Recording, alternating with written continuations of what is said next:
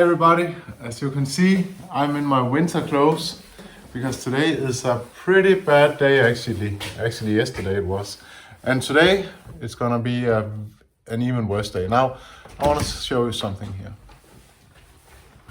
So right here, what you see here is an empty garage.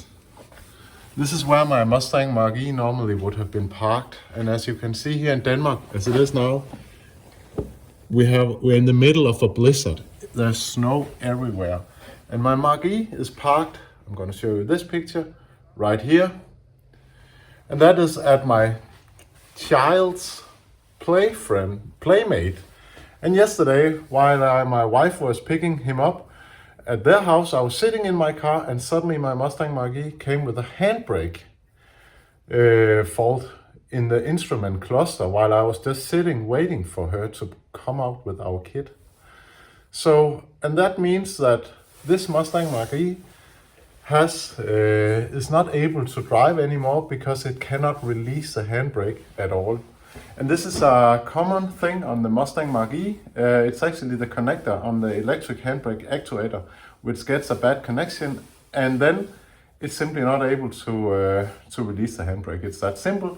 Ford has a repair kit to fix that, service bulletin, and they of course did not do it on mine, so instead we got stuck as a family in the middle of the very first snow which has fallen in Denmark for a long time. So what I have done now, I have prepared, I want to show you this service, this kit with basically everything, even from, and I borrowed a jack from my neighbor because my old one I threw out last week. And how typical is that? So now I need it 5 days later. Insane. So I borrowed this little one and hopefully it can raise the car just enough so I can get the wheel off and start fitting this new connector with a wire out in a fucking blizzard in the middle of the road. So yeah, let's drive to the car and see what we can do. So I'm in the car now, and of course before I'm able to work on the bad connector, I need to know if it's the left or the right wheel I need to work on. So I brought my top-down scan tool here, and so what I'm gonna do is I'm gonna enter the, let's just see,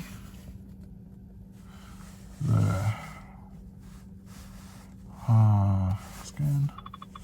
So I'm basically just gonna enter the ABS module, and hopefully I'm able to see the error code or the DTC. So I perhaps I can do a quick access. So I'm able to know which side I need to work on. So let's see what it says.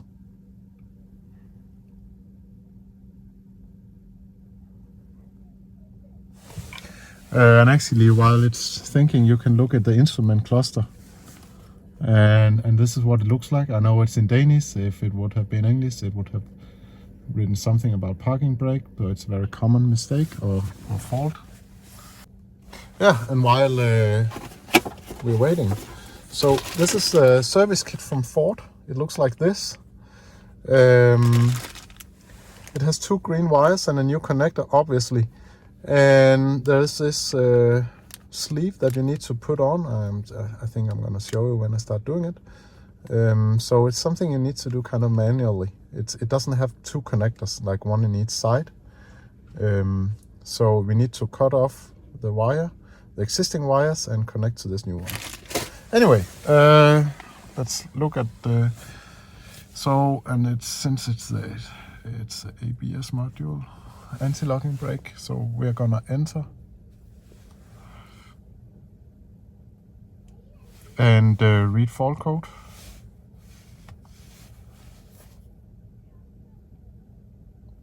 And what you can see is it has errors on the left motor.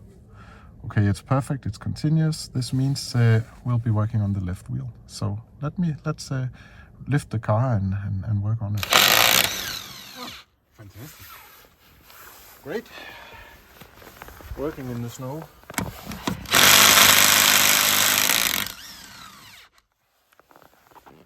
So I hope that I can wiggle a little bit with the connector, just about enough so we can create a connection to the handbrake, and then basically drive home, and I can fix it probably in my real garage instead of this.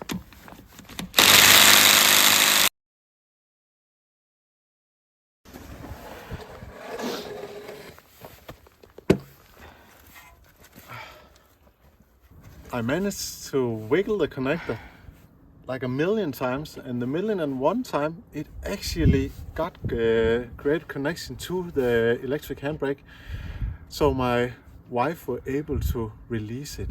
And I have just fitted the wheel. I'm gonna take it home in my garage so I can fix the repair kit in my garage, or at least at home, instead of standing here in the snow. So now I'm back home in my garage. I'm extremely happy because now I can work on it in my own little environment here. But unfortunately, as you can see, my Golf is in the garage. So I'm still standing with the car jacked up here. But nevertheless, it's better than being out on the road. So let's have a look at what's actually going on here, because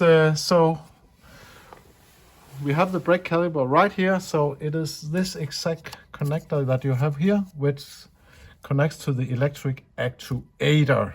So this is a troublemaker, you could say. So, but the way Ford has done it, in order to replace this connector, we simply need to open up the wire, the insulation here, cut off those two wires, and attach it to the new one. And yeah, let's see how it goes.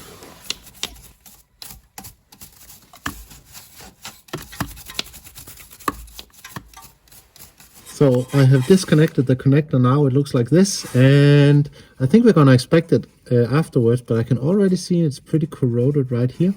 Anyway, so what I am gonna do is I'm gonna follow Ford's instructables. Simply open up the insulation right here so I get access to the wires, and yeah, let's see what happens. Now the wire, I have started almost removed all the insulation, and I want us to see here, the one wire is completely corroded or broken due to corrosion. What a silly construction. So now the next step is, of course, because the kit comes with two green wires, and I don't know why they didn't make it the same colors, because that would have made it much easier. So I need to see which color, which wire goes into which connector, so I don't connect them with the wires swapped. Let's just have a little closer look actually, because as you can see here, it's completely decapitated the wire basically, and it's a pretty poor construction actually, because it has this protective cover, but as you can see, the wire has basically a 90-degree angle, and this one is on top, which means that the edge is grinding against where you can see here, and where we have the corrosion. And funny enough, on the repair kit, it's backwards with a 0 angle, not 90 degrees. So I guess that Ford figured out this was not the way to go. So yeah, and they brought those two connectors here. So it's not heat, not welded, is it called, solder? I cannot remember. It's so it's just a press. You press this, squeeze this, you put this on, and Ford says that's fine, I guess. Otherwise they wouldn't deliver it. So this is what I'm gonna do. One of them actually did not get a good connection, so I chose to solder it instead with tin. That's a much better solution anyway.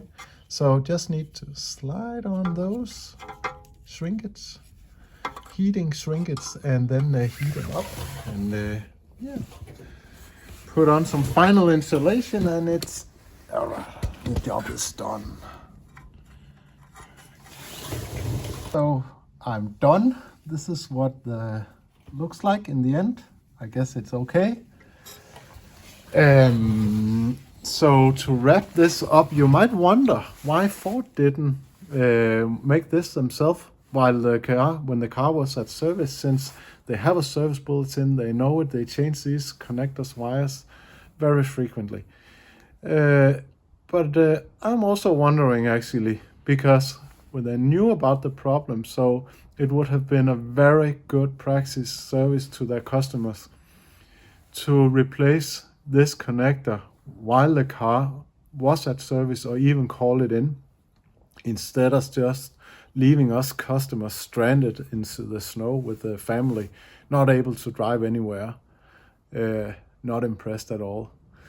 Anyway, I hope you like this video, and if you got a Mustang Mach-E and you have not replaced this connector, do it so you don't end up like me. Take care. Bye.